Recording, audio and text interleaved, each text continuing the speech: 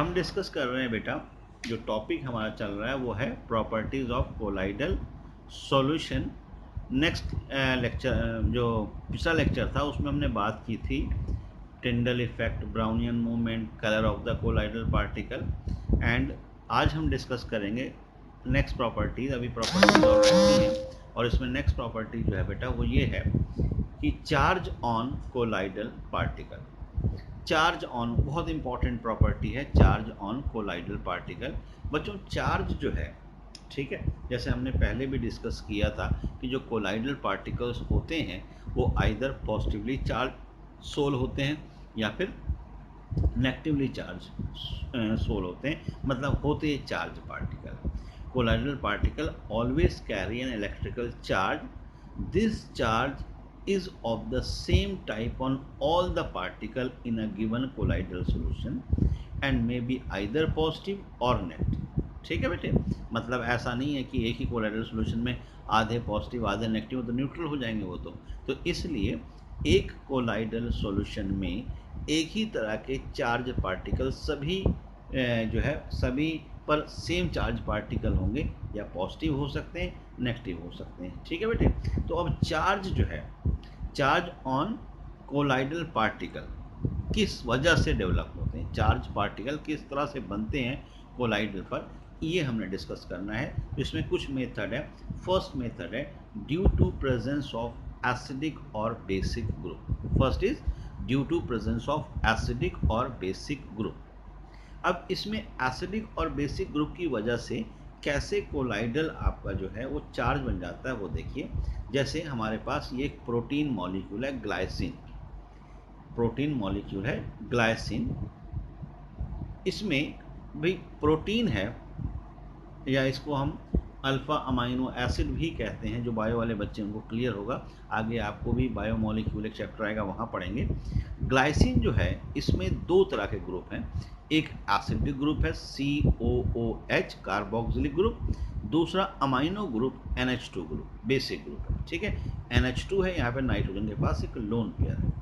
तो ये जो प्रोटीन मॉलिक्यूल है इसमें जैसे मैंने कहा एक कार्बोक्सिलिक ग्रुप है और एक बेसिक NH2 ग्रुप है। अगर पार्टिकल या प्रोटीन, ये जो पार्टिकल ऑफ प्रोटीन है सोल्स में can either have a positive charge और negative charge depending upon the pH of the medium. इनको किस मीडियम में प्रिपेयर किया गया। फॉर एग्जाम्पल अगर इनको हम एसिडिक मीडियम में प्रिपेयर करते हैं, जैसे मैंने यहाँ पर HCl यूज़ किया, एसिडिक मीडियम में प्रिपेयर करते हैं, तो उस केस में क्या होगा, एसिडिक मीडियम में जो आपका नाइट्रोजन पे लोन पेयर है वो लोन पेयर इस प्रोटॉन को एक्सेप्ट H पॉजिटिव आयन को गेन करेगा और यहाँ बन जाएगा देखिए NH3 पॉजिटिव आयन।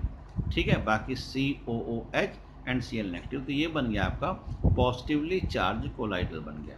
तो due to the presence of acidic medium it acquire positive charge. लेकिन अगर इसी में बेसिक मीडियम डाल दिया, जैसे यहाँ पे हमने NaOH का यूज़ किया, हमारे पास क्या है वही सेम ग्लाइसिन है। ठीक है बेटा, प्रोटीन है, क्या कौन सा मीडियम डाला इसमें, बेसिक मीडियम, क्या कन्वर्ट हो गया देखिए ये बन गया आपका CH2। अब यहाँ पर क्या होगा, यहाँ से H पॉजिटिव आयन रिलीज होगा और इस OH के साथ कंबाइन होकर वाटर फॉर्म कर लेगा और ये बन जाएगा आपका नेगेटिवली चार्ज सोल बन गया। तो डिपेंडिंग अपॉन द मीडियम, ठीक है बेटा, तो due to the presence of acidic और बेसिक ग्रुप जो है, जो आपके कोलाइडल पार्टिकल्स हैं वो या तो अक्वायर करेंगे पॉजिटिव चार्ज या अक्वायर करेंगे नेगेटिव चार्ज, और इस तरह से कोलाइडल डायमेंशन जो कोलाइडल पार्टिकल्स हैं उन पर चार्ज बनता है। ठीक है बेटे, नेक्स्ट जो मेथड है वो है self dissociation, due to self dissociation. जैसे अभी हमने थोड़ी देर पहले बेटा सोप की बात की थी। सोप में जो आपको मैंने कहा था कि इसमें क्या होता है, sodium salt of palmitic acid या sodium salt of citric acid. तो जो सॉल्ट वाला पार्ट जैसे सोडियम प्रेजेंट है ये आयोनाइज होकर अलग हो जाता है और एसिटेट आयन वाला पार्ट अलग हो जाता है। तो इस तरह से अगर सेल्फ डिसोसिएशन हो रही है तो इससे भी पॉजिटिव और नेगेटिव चार्ज जो है वो अक्वायर होता है। उसके बाद जो है थर्ड मेथड जो इसकी है, नेक्स्ट मेथड, ठीक है बेटे, जैसे यहाँ पे देखिए है ये आपके पास था C17H35CONA, तो ये बन गया C17H35CO नेगेटिव Na पॉजिटिव। तो और इस तरह से सोल पार्टिकल या तो नेगेटिव चार्ज एक्वायर कर लेंगे या पॉजिटिव चार्ज एक्वायर कर लेंगे, जिसकी वजह से आपका कोलाइडल जो है वो चार्ज पार्टिकल हो जाता है। ठीक है, हम बात कर रहे हैं किस तरह से चार्ज डेवलप होता है। थर्ड मेथड है due to preferential adsorption of ion. बहुत इंपॉर्टेंट है, due to preferential adsorption of ion. ठीक है बेटे, ये सबसे इम्पॉर्टेंट मेथड है सोल पर चार्ज डेवलप करने की। ठीक है बेटे, जो कहते हैं the sol particle acquire positive और negative charge by preferential adsorption. याद हो तो जब हमने पीछे किया था प्रेपरेशन ऑफ कोलाइडल की, वहाँ पेप्टाइजेशन में ये चीज़ हमने बात की थी कि जैसे हमारे पास फ्रेशली प्रिपेयर्ड प्रेसिपिटेट है, उसमें अगर हम ऐसी कोई इलेक्ट्रोलाइट ऐड करते हैं जिसमें एक आयन कॉमन हो, तो वो जो कॉमन आयन है वो एड्जॉर्ब हो जाता है, जिसकी वजह से जो आपका कोलाइडल सोल है या कोलाइडल पार्टिकल्स हैं उन पर पॉजिटिव या नेगेटिव चार्ज डेवलप होता है। जैसे in case of AgI, silver iodide, ये आपके पास प्रेसिपिटेट है, इसमें आपने इलेक्ट्रोलाइट ऐड किया AgNO3। अब AgNO3 में से Ag positive ion is common with AgI, तो कॉमन आयन एड्जॉर्ब होगा, आपका सोल बन गया पॉजिटिवली चार्ज सोल, ये फॉर्म हो गया।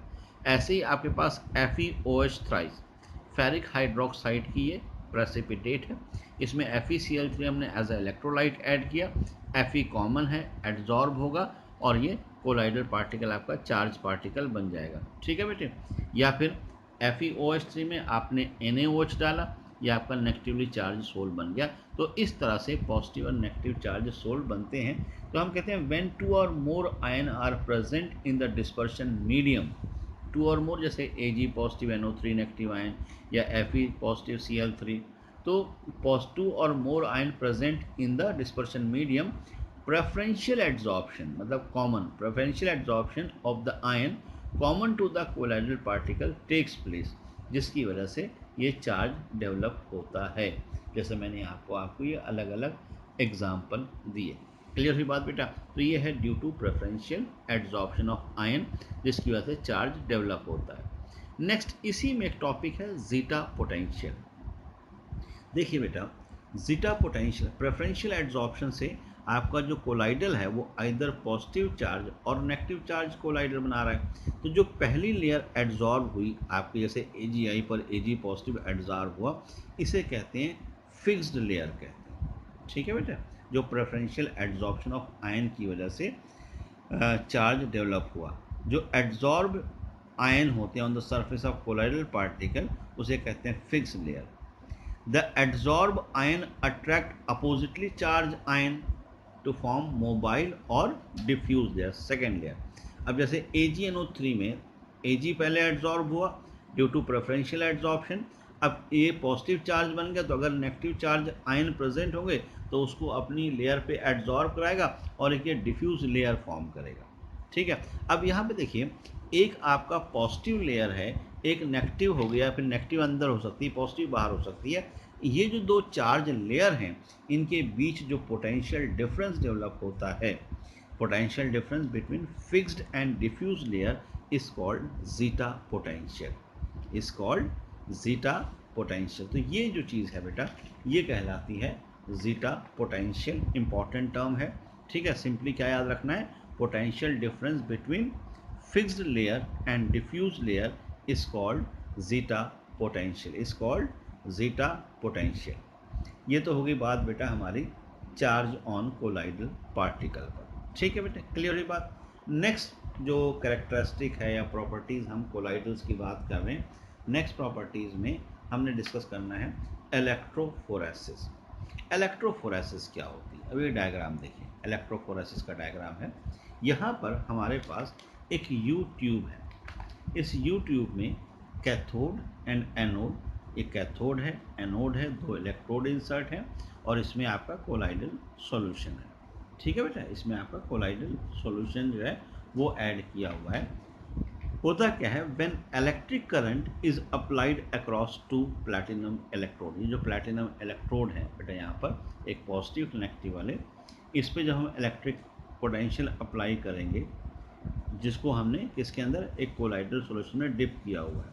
The colloidal particle moves toward one और द अदर इलेक्ट्रोड। देखिए, अब अगर आपका कोलाइडल पॉजिटिवली चार्ज होगा तो मूव करेगा टूवर्ड नेगेटिव इलेक्ट्रोड, और अगर कोलाइडल आपका नेगेटिव होगा तो मूव करेगा टूवर्ड पॉजिटिव इलेक्ट्रोड। ये जो मूवमेंट है कोलाइडल पार्टिकल की under the influence of applied electric field, इसे कहते हैं इलेक्ट्रोफोरेसिस कहते हैं। आई बात समझ में? सिंपल क्या है इलेक्ट्रोफोरेसिस, याद रखिएगा, इंपॉर्टेंट डेफिनेशन है, रिपीटेडली आती हुई है, मतलब पेपरों में आती है। क्या है? When electric potential is applied across two platinum electrode dipped in a colloidal solution, the colloidal particle moves toward one or the other electrode. This movement of colloidal particle under an applied electric field is called electrophoresis.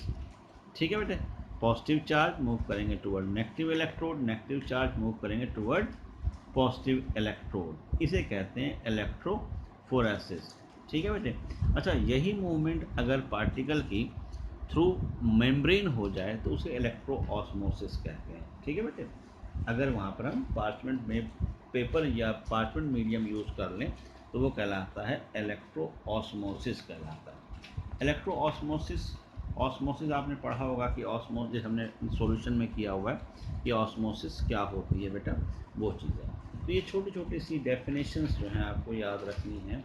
Then उसके बाद आते हैं next topic हमारा coagulation और press. अगली property जो है वो है कोएगुलेशन और प्रेसिपिटेशन। अगेन इंपॉर्टेंट टर्म बच्चों, कोएगुलेशन और प्रेसिपिटेशन मीन्स व्हाट?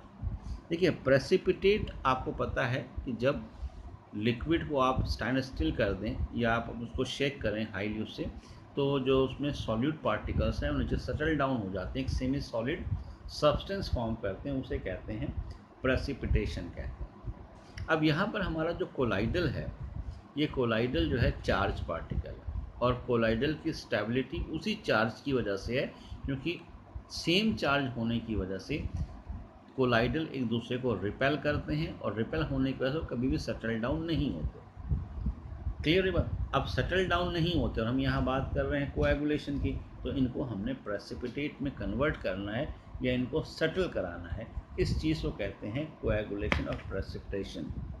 ठीक है बेटे, देखिए क्या कहेंगे, the stability of lyophobic sol is due to the presence of charge on colloidal particle. क्यों कह रहे हैं हम? क्योंकि अगर चार्ज ना हो तो ये भी जैसे नॉर्मली आपका सस्पेंशन है, मीन्स मान लो पानी में मिट्टी मिक्स हो जाए और रख दे, मिट्टी नीचे बैठ जाती है, उस तरह से ये पार्टिकल भी सेटल डाउन हो जाते हैं, बट ये पॉसिबल नहीं है, सेटल डाउन नहीं होते हैं। उसका रीज़न क्या है? क्योंकि इसके अंदर जो है चार्ज होता है। अच्छा, हम यहाँ पर लायोफोबिक इसलिए कह रहे हैं कि लायोफिलिक जो है वो बनते ही स्टेबल हैं, क्योंकि उनमें हाई फोर्स ऑफ अट्रैक्शन होती है। तो stability of lyophobic sol is due to the presence of charge on colloidal particle.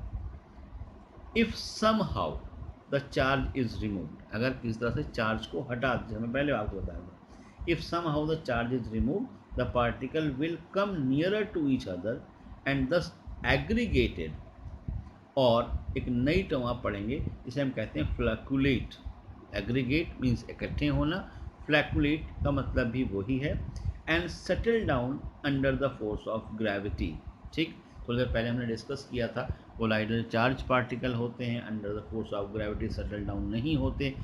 ठीक है बेटे, तो अगर under the force of gravity settle down हो जाते हैं, क्यों? क्योंकि उन पर चार्ज जो है वो रिमूव कर दिया गया है। इस चीज़ को कहते हैं एग्रीगेशन, कोएगुलेशन, फ्लैकुलेशन, प्रेसिपिटेशन, कोई भी टर्म आप यूज़ कर सकते हैं।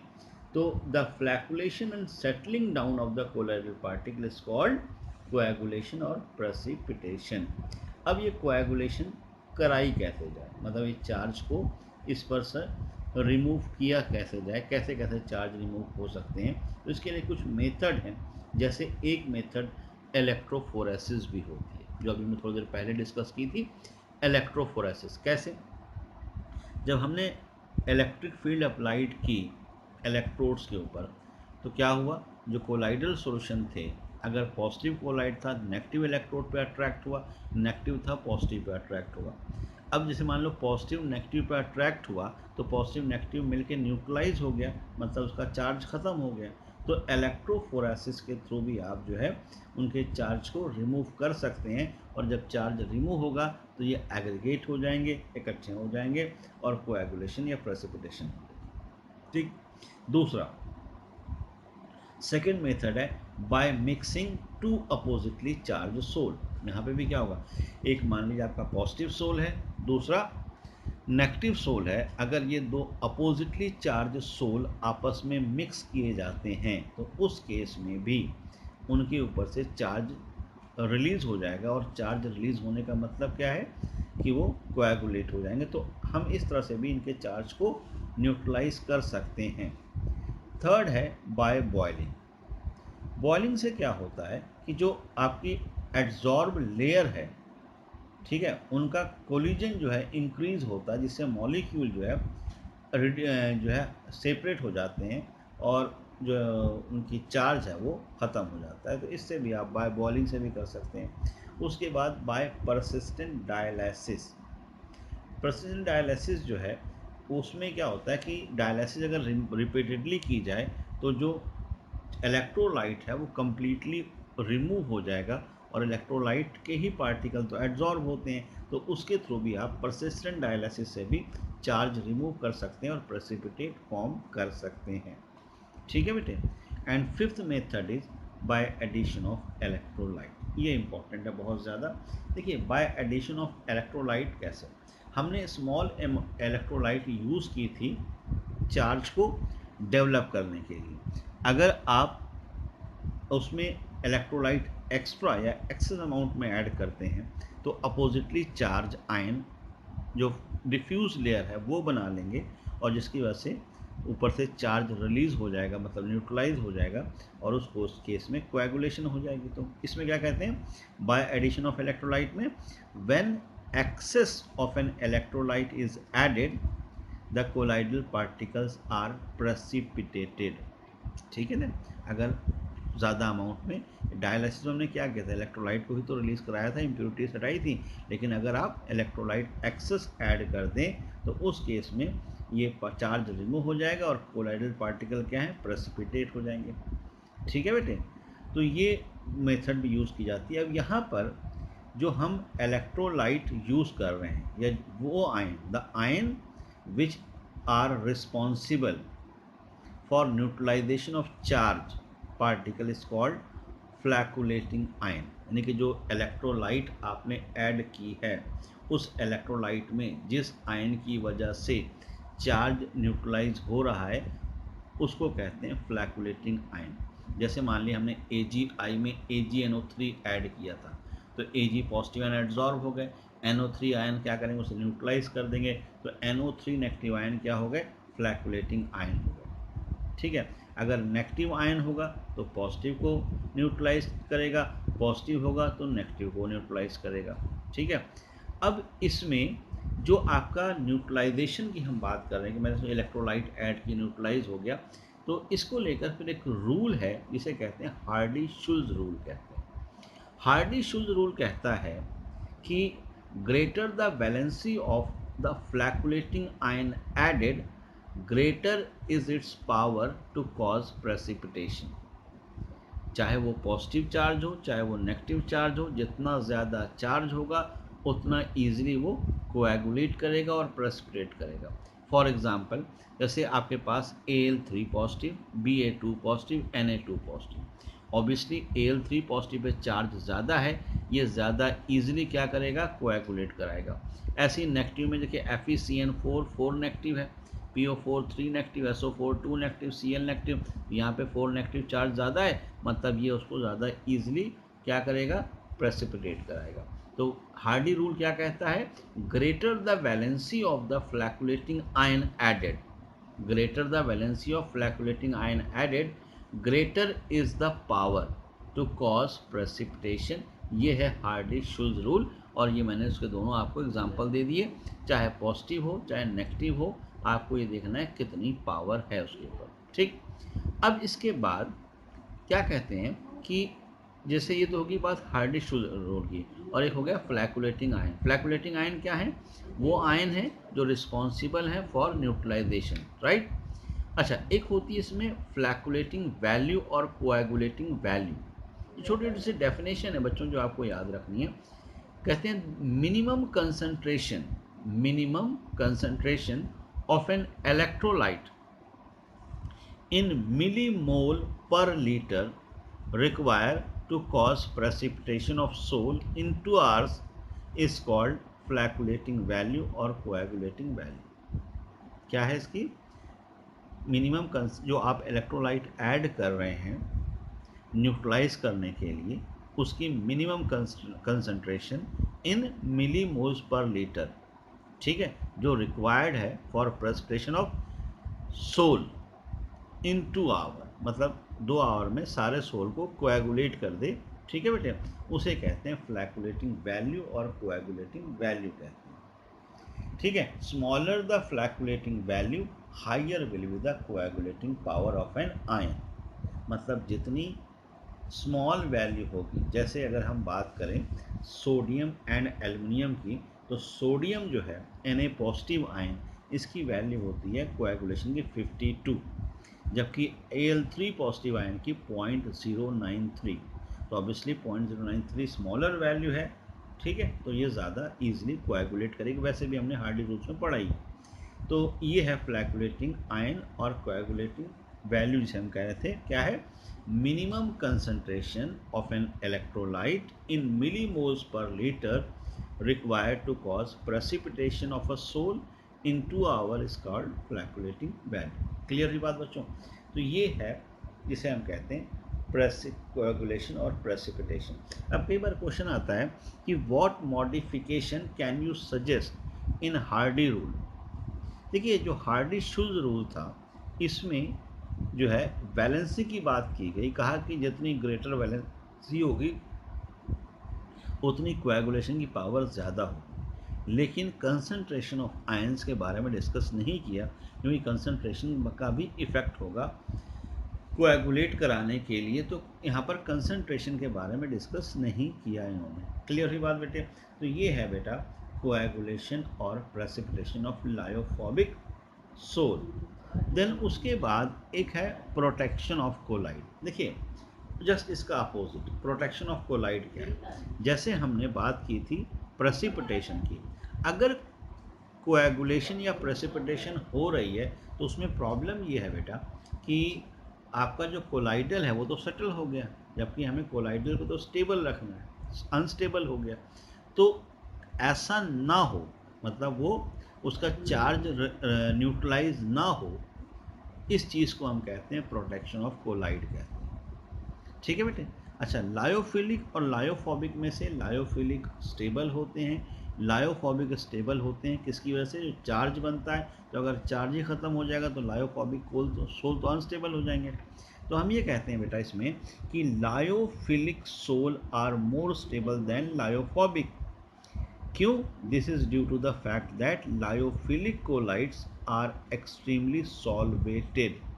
सॉल्वेशन का मतलब होता है जो अपोजिटली चार्ज आयंस होते हैं उनके बीच में जो अट्रैक्शन होती है उसे सॉल्वेशन कहते हैं। जैसे मान लिया आपने NaCl को वाटर में ऐड किया, तो Na पॉजिटिव आयन और OH नेगेटिव आयन की जो अट्रैक्शन होगी अपोजिटली चार्ज की, उसे कहते हैं सॉल्वेशन ऑफ आयन कहते हैं, ठीक है बेटे। तो अब लायोफिलिक, क्योंकि जैसे मैंने कहा कि लायोफिलिक क्या है? सॉल्वेटेड ज़्यादा होते हैं, इसलिए इनका सॉल्यूशन ज़्यादा स्टेबल होता है, जबकि लायोफोबिक जो है वो अनस्टेबल होते हैं, वो होते हैं चार्ज की वजह से।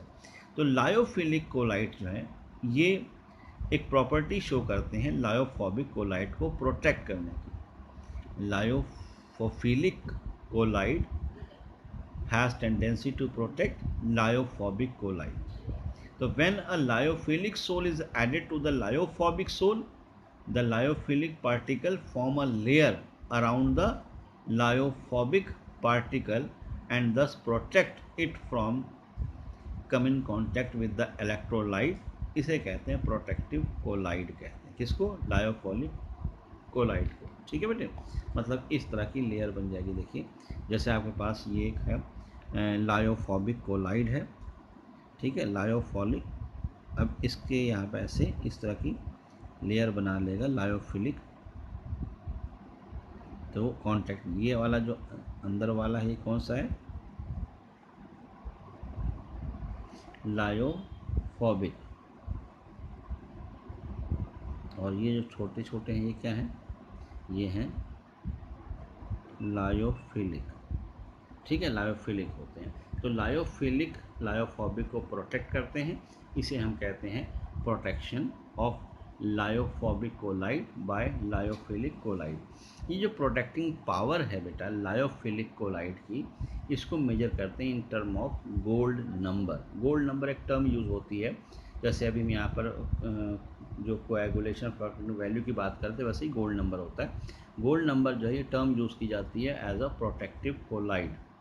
सिंपल सी डेफिनेशन है इसकी, क्या है, the number of milligram of lyophilic colloid that will just prevent the precipitation of 10 milliliter of gold salt on addition of 1 milliliter of 10% sodium chloride solution। मतलब आपके पास 10 मिलीलीटर गोल्ड सोल है, उसमें अगर आप 1 मिलीलीटर 10% NaCl ऐड करें, NaCl electrolyte है, तो वो क्या होगा, कोएगुलेट होगा। उसको इस कोएगुलेशन से बचाने के लिए जितना मिलीग्राम लायोफिलिक कोलाइड ऐड करेंगे उसे कहते हैं गोल्ड नंबर कहते हैं। ठीक है, क्या याद रखना है, द गोल्ड नंबर क्या है, number of milligram of lyophilic colloid that will prevent the precipitation of 10 milliliter of a gold salt on the addition of 1 milliliter of 10% sodium chloride solution। अच्छा, गोल्ड नंबर की value जितनी small होगी उतनी उसकी protecting power ज़्यादा होती है। जितने भी आपके सब्सटेंस हैं जो लायोफिलिक कोलाइड्स हैं, इसमें जिलेटिन जो है इसकी सबसे कम वैल्यू होती है 0.005 से 0.001 के बीच में, 0.01 के बीच में होती है, तो इसकी प्रोटेक्टिंग पावर सबसे ज़्यादा होगी। जबकि स्टार्च जो है इसकी गोल्ड नंबर सबसे ज़्यादा होता है, 25 to 50 होता है, और इसकी प्रोटेक्टिंग पावर सबसे कम होती है। तो higher the gold number lower will be protecting power, ये याद रखना है आपने। Gelatin and starch maximum minimum protective power show करते हैं। ठीक है बेटा, तो इसे कहते हैं प्रोटेक्टिव कोलाइड। ये सारी आपकी हो गई बेटा प्रॉपर्टीज़ जो हम बात कर रहे थे, प्रॉपर्टीज़ ऑफ कोलाइडल सॉल्यूशन, सारी की सारी प्रॉपर्टीज़। नेक्स्ट लेक्चर में छोटा सा टॉपिक बचा है हमारा, emulsion and application of emulsion, उसके बाद एप्लीकेशन ऑफ कोलाइडल सॉल्यूशन। ये छोटा सा, बहुत छोटा सा टॉपिक है। Next is emulsion. Emulsion is a colloidal in which both dispersion phase and dispersion medium are in liquid state। Colloidal के स्टार्टिंग में मैंने आपको अलग अलग तरह के बेटा कोलाइड बताए थे कि भाई डिस्पर्शन फेज और डिस्पर्शन मीडियम के अकॉर्डिंगली इनके टाइप्स होते हैं, उसमें एक इमल्शन ने बताया था। तो इमल्शन जो है इसमें dispersion phase and dispersion medium दोनों ही लिक्विड स्टेट में अगर है तो उसे इमल्शन कहते हैं। जैसे मैंने कहा था आपको कि जो पेंट्स वगैरह होते हैं सारे इमल्शन होते हैं। कभी पेंट्स के डब्बे देखिएगा उसमें नीचे लिखा होता है साथ में emulsion. Depending upon the medium, dispersion face को जो है दो पार्ट में डिवाइड किया गया है। एक होता है बेटा इसमें oil in water, oil in water, ऐसे भी लिखना आपको पेपर में ऐसे भी आ सकता है O/W, ऑयल इन वाटर। देखिए oil in water, oil in water means water dispersion medium है, ऑयल डिस्पर्शन फेज है। इसका एग्जांपल है जैसे मिल्क, मिल्क में जैसे हम घी निकालते हैं दूध में से, तो ऑयल इन वाटर, ठीक है, मिल्क हो गया। वैनिशिंग क्रीम हो गई, वैनिशिंग क्रीम, ये सारे क्या हैं, ये एग्जांपल हैं आपके ऑयल इन वाटर डिस्पर्शन इसके इमल्शन के। दूसरा है water in oil. Water in oil का मतलब हुआ कि ऑयल ज़्यादा है वाटर कम है, तो इसका एग्जांपल है बटर है, क्रीम है, ये इसके एग्जांपल है। Emulsion of oil and water are unstable, और इनको स्टेबलाइज करने के लिए हमें कुछ अनदर सब्सटेंस उसमें ऐड करने पड़ते हैं, जिसे कहते हैं इमल्सिफाइंग एजेंट कहते हैं।